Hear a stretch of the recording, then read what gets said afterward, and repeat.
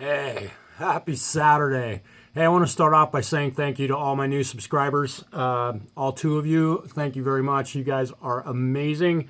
I love the questions and I love answering questions, so feel free to give me some feedback. I've been challenged here by some next door neighbors. I have this.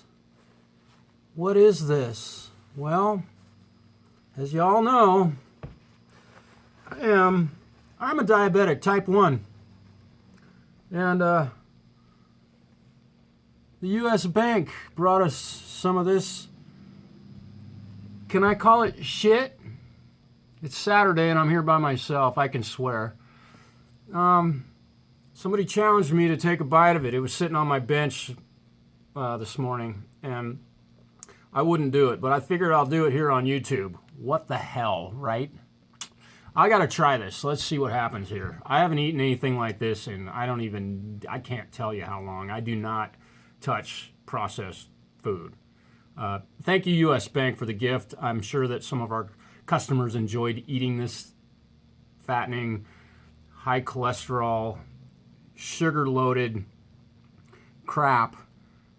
Oh well, I gotta give it a try. Here we go. Oh my God. Oh.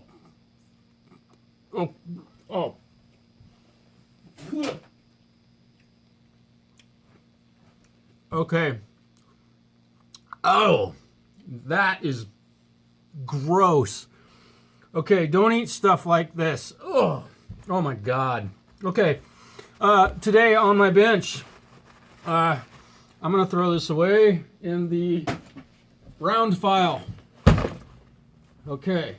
I have a 1967 Fender Bandmaster that we have recapped. We have rebuilt the Tremolo circuit. Fender calls it a vibrato circuit. Fender, it's not vibrato. And let me explain the difference if you don't already know, but vibrato changes the pitch, much like a chorus pedal would, or a modulation effect like chorus, or a pitch transposer.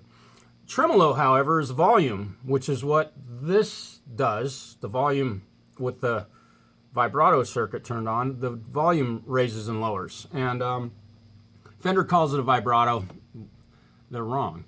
People call their whammy bars tremolo bars, and I've been a victim of that. It's actually a vibrato bar, so we're just being correct in our language, in our vocabulary. We're being impeccable with our words, right? Here's what the amp sounds like, all super clean.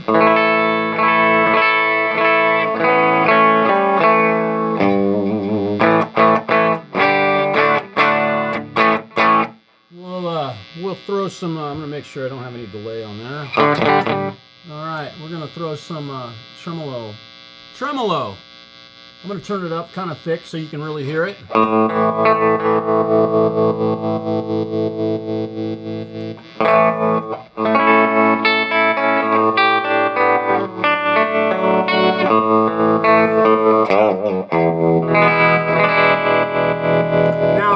The gentleman that owns this amp is going to be plugging a Telecaster in this almost exclusively.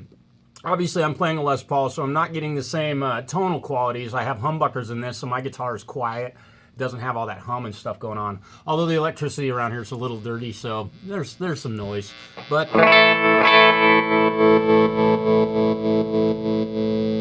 so we'll do a little demo here. I've got an overdrive pedal running in front of this, and a loop pedal, and a delay, and we'll see what we can come up with. I'll try and compose something here real quick. Just make something up. Here we go. Okay.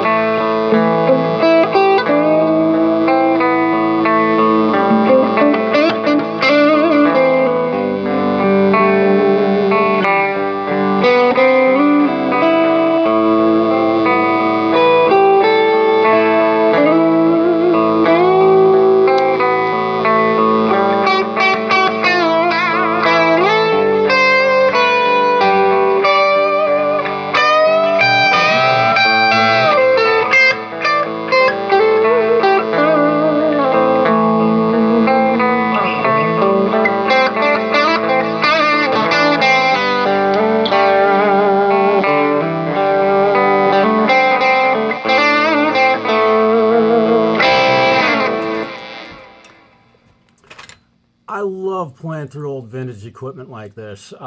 It's really cool to play through real American craftsmanship.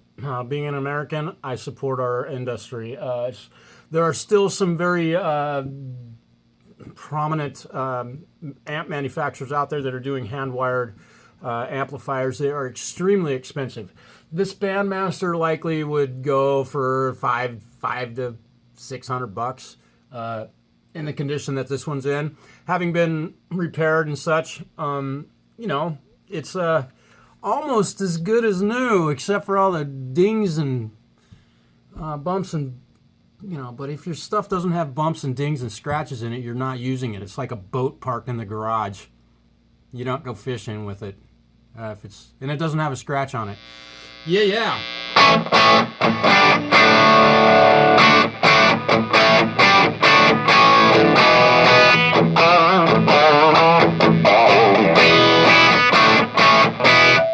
There you go.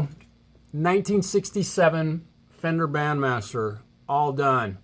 Peace, y'all. Thanks again for your new subscribers. I appreciate it. Y'all have a wonderful day. I'm going home. It's my day off. Peace.